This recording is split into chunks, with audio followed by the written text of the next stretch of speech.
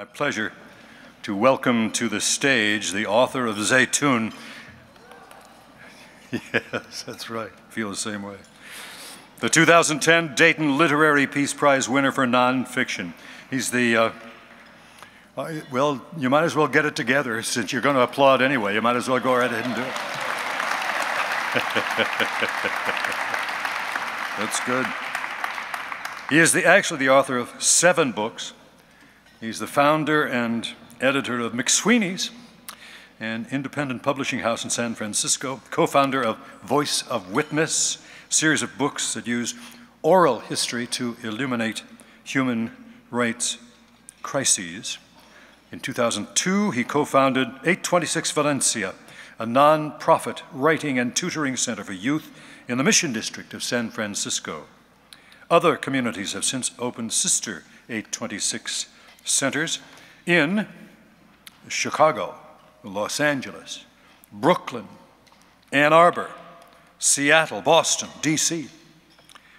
Ladies and gentlemen, here to acknowledge the runner-up and award the prize to the winner of the 2011 Dayton Literary Peace Prize for Nonfiction, my table mate, Dave Eggers.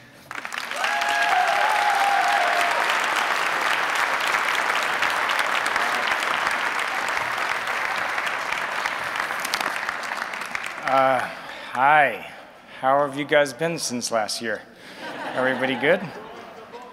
I'm really happy to be here again. I'm having a blast. There is no event like this in the world. I think it's the best of its kind. It makes me so happy to be here again and to see so many familiar faces. Can you raise your hand if I chatted with you today and saw your face? Yeah, okay, good to see all of you guys again. I really do feel like this is some kind of family reunion. You know, nothing in my life has meant more to me than to be recognized by the Dayton Literary Peace Prize. It really, it's been just knocking me flat all year since it happened. So I'm really happy to be here. And while Nick is here, I just wanted to recognize, we were talking about citizen participation in the process of peace. And I just want to recognize the work that Nick has done with his son George for South Sudan, a country that means a lot to me. These guys have been tireless.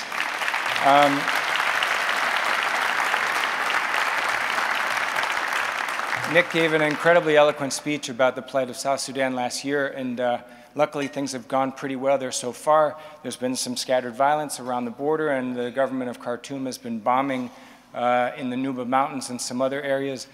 But talk about citizen participation. George Clooney has, with John Prendergast and others, he engineered a satellite program where they take pictures of South Sudan before and after regularly to see areas of the country that have been bombed, and they can prove what's been done and hold the government accountable and report out to the world on an hourly basis of what's going on there. And no one else had thought of this. It was John Prendergast and George Clooney that thought of this satellite program that has been holding them accountable.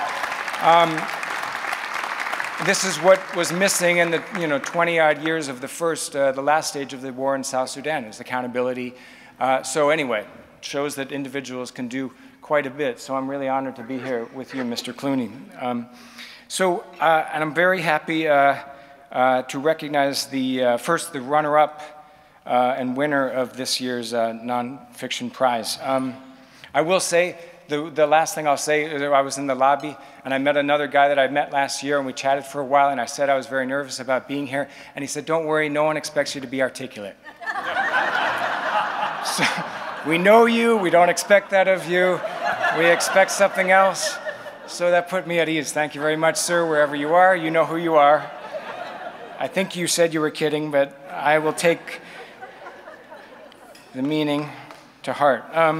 The runner-up for this year's nonfiction prize is Isabel Wilkerson's magisterial work, The Warmth of Other Suns.